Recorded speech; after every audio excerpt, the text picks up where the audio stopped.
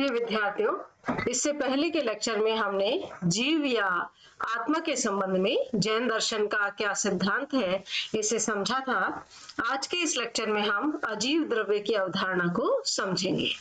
आप जैसा कि जानते हैं कि जब हमने द्रव्य के वर्गीकरण के संबंध में पढ़ा था तो जैन दर्शन अस्थिकाय और अनस्थिकाय दो प्रकार के द्रव्य स्वीकार करता है। जीव या आत्मा भी अस्थिकाय द्रव्य के अंतर्गत आता है और अजीव जो द्रव्य है चार प्रकार के वे भी अस्थिकाय द्रव्य के अंतर्गत आते हैं। जो भी अस्थिकाय द्रव्य होते हैं उनका ये गुण होता है कि उनमें विस्तार जो है वो पाया जाता है, यानी वो एक्सटेंड हो सकते हैं, एक्सपेंशन पाया जाता है, या हम बहुत सरल शब्दों में से कह सकते हैं कि वो स्थान घेरते हैं, जगह घेरते हैं। परंतु जड़ द्रव्य और चेतन द्रव्यों के विस्तार में भेद होता है। जब एक जड़ द्रव्य किसी स्थान पर होता है तो उसकी उपस्थिति में वहां दूसरा जड़ द्रव्य नहीं आ सकता, जबकि चेतन द्रव्य की यदि बात करें तो एक जगह दो चेतन द्रव्य आ सकते हैं। तो इस तरह से जड़ द्रव्य और चेतन द्रव्यों के विस्तार में भेद होता है। अस्थिकाय द्रव्य के अंतर्गत अजीव द्रव्य की एक विशेषता यह भी है कि अजीव द्रव्य में चेतना का अभाव पाया जाता है। इसी आधार पर जो जैन दर्शन की तत्व मीमांसा है उसमें जीव और अजीव का भेद पाया जाता है। जीव जो है उसमें चेतना उसका स्वरूप गुण है, आवश्यक लक्षण है, जबकि जो अजीव द्रव्य है वहां चेतना का अभाव पाया जाता है। अब जो जीव या आत्मा होता है उसका शरीर, उसका बाह्य जगत और परिस्थितियों का निर्माण जो द्रव्य करते हैं उन्हें अजीव द्रव्य के रूप में जाना जाता है। तो इस प्रकार के जो अजीव द्रव्य जो जीव के शरीर का और बाह्य परिस्थितियों का निर्माण करते हैं, बाह्य जगत का निर्माण करते हैं, वो चार प्रकार के हैं। पहला जो जड़ तत्व है वो है पुद्गल, उसे पुद्गल कहा जाता है, पुद्गल या जड़ तत्व।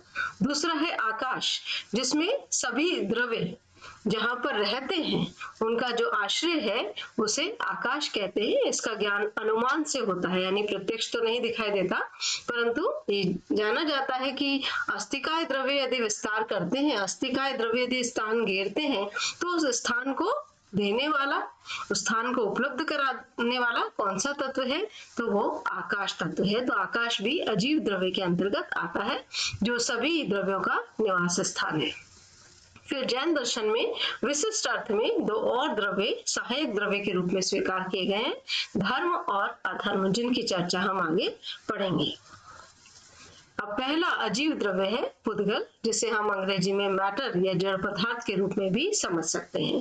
तो जैन दर्शन का पुद्गल विचार क्या है, तो इसके लिए हमें सबसे पहले यह जानना आवश्यक है कि पुद्गल कहते किसे हैं। जैन दर्शन के जो साहित्य है उसमें पुद्गल से संबंधित परिभाषा मिलती है, पूर्यंती गलंती चह, अर्थात जिसका संयोग और वियोग हो सके, यानी ऐसा द्रव्य है जिसमें संयोग और वियोग का, यानी संयोग यानी जुड़ने का, वियोग यानी अलग अलग होने का, ये गुण पाया जाए वो कहलाता है पुद्गल। तो पुद्गल किसे कहते हैं? पुद्गल वह द्रव्य है, वह अजीव द्रव्य है जिसका संयोग और वियोग हो सकता है। अब पुद्गल के दो रूप हैं, पहला रूप है अणु और दूसरा रूप है संघात। जब पुद्गल अपने सबसे छोटे भाग जिसमें और उसे विभाजित नहीं किया जा सकता, या हम कहें पुद्गल का जो सरलतम रूप है वो अणु कहलाता है, और जब ये अणु आपस में मिलकर, दो या दो से अधिक अणु आपस में मिलकर संयोग से जो मिश्रित रूप बनाते हैं उसे हम संघात या स्कंद कहते हैं। तो पुद्गल के दो रूप हैं, अणु और संघात। अणु जो है उसका सरलतम सबसे छोटा रूप है जिसका और विभाजन नहीं किया जा सकता, और संघात जो है उसका जटिल रूप हम कह सकते हैं, या दो के से अधिक अणुओं के संयोग से संघात बनता है। ये जो पुद्गल है इसके जैन दर्शन के अनुसार चार गुण माने गए हैं, स्पर्श, रस, गंध और वर्ण। जैन दर्शन के संबंध में यह महत्वपूर्ण है कि वो शब्द को गुण नहीं मानता, जबकि आप भारतीय दर्शन के अन्य परंपराओं में देखेंगे कि वहां शब्द को गुण माना जाता है। दूसरा जो अजीव द्रव्य है वो है आकाश। अब जैन दर्शन के अनुसार आकाश की अवधारणा क्या है, यदि हम इसे समझें तो आकाश जो है सभी अस्थिकाय द्रव्यों का निवास है। आकाश के कारण ही अस्थिकाय द्रव्यों को कोई ना कोई स्थान उपलब्ध हो पाता है। अंग्रेजी में इसे स्पेस कहा जाता है। और इसका स्वाभाविक गुण, जिनका स्वाभाविक गुण विस्तार है, यानी जो स्वभावतः नेचुरली एक्सटेंड हो सकते हैं, आकाश उन्हीं को ही स्थान देता है। यानी ऐसा नहीं है कि जिसका स्वाभाविक गुण विस्तार नहीं है आकाश उनमें गुण पैदा कर दे, ऐसा नहीं है। जैन दर्शन के अनुसार जिनका स्वाभाविक गुण विस्तार है, तो स्वाभाविक गुण विस्तार किसका है? अस्थिकाय द्रव्यों का स्वाभाविक गुण विस्तार है। तो अस्थिकाय द्रव्यों को उनके विस्तार के लिए आकाश जो है वो स्थान प्रदान करता है। और अनस्थिकाय द्रव्य काल है। तो ऐसा नहीं होगा कि काल के संबंध में यह बात आ रही है, यहाँ अस्थिकाय द्रव्यों के विस्तार के संबंध में बात आ रही है। और अस्थिकाय द्रव्यों को जो विस्तार प्रदान करने का कार्य है वो आकाश करता है, वो उन्हें स्थान उपलब्ध कराता है। आकाश के पुनः हम दो भेद मानते हैं, ये है लोकाकाश और अलोकाकाश। तो जितना भी ये भौतिक जगत है, जड़ द्रव्य है, आत्माएं हैं, सांसारिक आत्माएं, ये जहाँ रहती हैं वो लोकाकाश है। और इससे परे का जो आकाश है उसे अलोकाकाश के रूप में जाना जाता है। तो इस प्रकार से हमने पहले दो अजीव द्रव्य की आपसे बात की, पहला पुद्गल और दूसरा आकाश। तीसरा जो अजीव द्रव्य है वो है धर्म।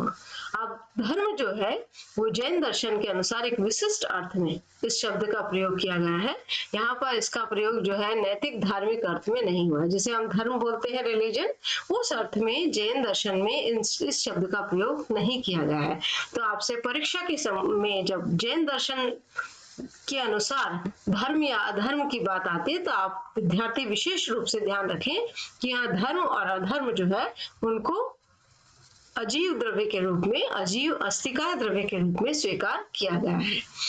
जीव या अन्य जड़ वस्तु की जो गति में सहायक द्रव्य है उसे धर्म कहा जाता है। तो धर्म का यह लक्षण है कि धर्म जो है आत्मा या अन्य जो जड़ वस्तुएं हैं, भौतिक पदार्थ हैं, उनकी गति में सहायक द्रव्य है। तो इस प्रकार से यहाँ धर्म के संबंध में भी वही बात आती है जो अभी हमने आकाश के संबंध में कही कि धर्म ऐसा नहीं है कि किसी में गति पैदा कर दे।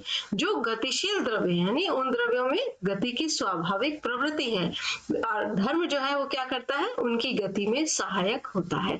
तो इस प्रकार से धर्म जो है वो एक सहायक द्रव्य है। तो इसे कहते हैं गतिशील द्रव्यों की गति में सहायक। और इसका उदाहरण जैसे कि आपकी पुस्तक में भी, दत्ता चटर्जी में भी दे रखा है कि मछली जो है वो तैर सकती है, पर मछली कब तैरेगी? जब उसे पानी उपलब्ध होगा। तो इस प्रकार से पानी जो है उसके तैरने में सहायक है। तो जल को या पानी को मछली के लिए कहा जाएगा धर्म, क्योंकि वो उसकी गति में सहायक है। और अधर्म जो है वो स्थिति में सहायक है, यानी स्थिर होने में सहायक है। तो जैन दर्शन के अनुसार जीवों अर्थात आत्मा और अन्य वस्तुओं की स्थिति में जो सहायक द्रव्य है वो अधर्म है। तो यहाँ अधर्म किसी नकारात्मक रूप में नहीं है बल्कि स्थिति में सहायक द्रव्य है। जैसे कि पुस्तक में भी उदाहरण दे रखा है कि कोई यदि पथिक है, राहगीर है, वो चलता जा रहा है, उसे दूर दूर तक कहीं जो है विश्राम का स्थान नहीं मिल रहा, पर एक वृक्ष है, वहां पर वो थोड़ी देर सुस्ता लेता है, विश्राम कर लेता है, तो वो उसकी स्थिति में सहायक द्रव्य हो गया। तो वहां पर वृक्ष को अधर्म कहा जाएगा। तो इस प्रकार से जैन दर्शन में धर्म और अधर्म जो अजीव द्रव्य है उसके अंतर्गत ये बड़े विशिष्ट पद हैं, जिसके अनुसार धर्म और अधर्म गति और स्थिति के निराकार और उदासीन कारण है। इनका प्रयोग नैतिक धार्मिक अर्थ में नहीं हुआ है। तो इनका प्रयोग जो है हम गतिशील द्रव्यों की गति में सहायक द्रव्य धर्म कहला रहा है, और स्थितिशील जो स्टैटिक है द्रव्य उनकी स्थिति में सहायक जो है द्रव्य अधर्म कहला रहा है। यह विशिष्ट अर्थ दिया गया है। तो इस प्रकार से हमने इस लेक्चर में जैन दर्शन के अनुसार अजीव द्रव्य के भेद को समझा। 4 प्रकार के अजीव द्रव्य हैं, पुद्गल है, आकाश है, धर्म है, अधर्म है। तो आपसे परीक्षा की दृष्टि से आपके उपयोगी प्रश्न बनता है, जैन दर्शन के अनुसार अजीव द्रव्यों के भेद को समझाइए। आप इसका अभ्यास कीजिएगा। धन्यवाद।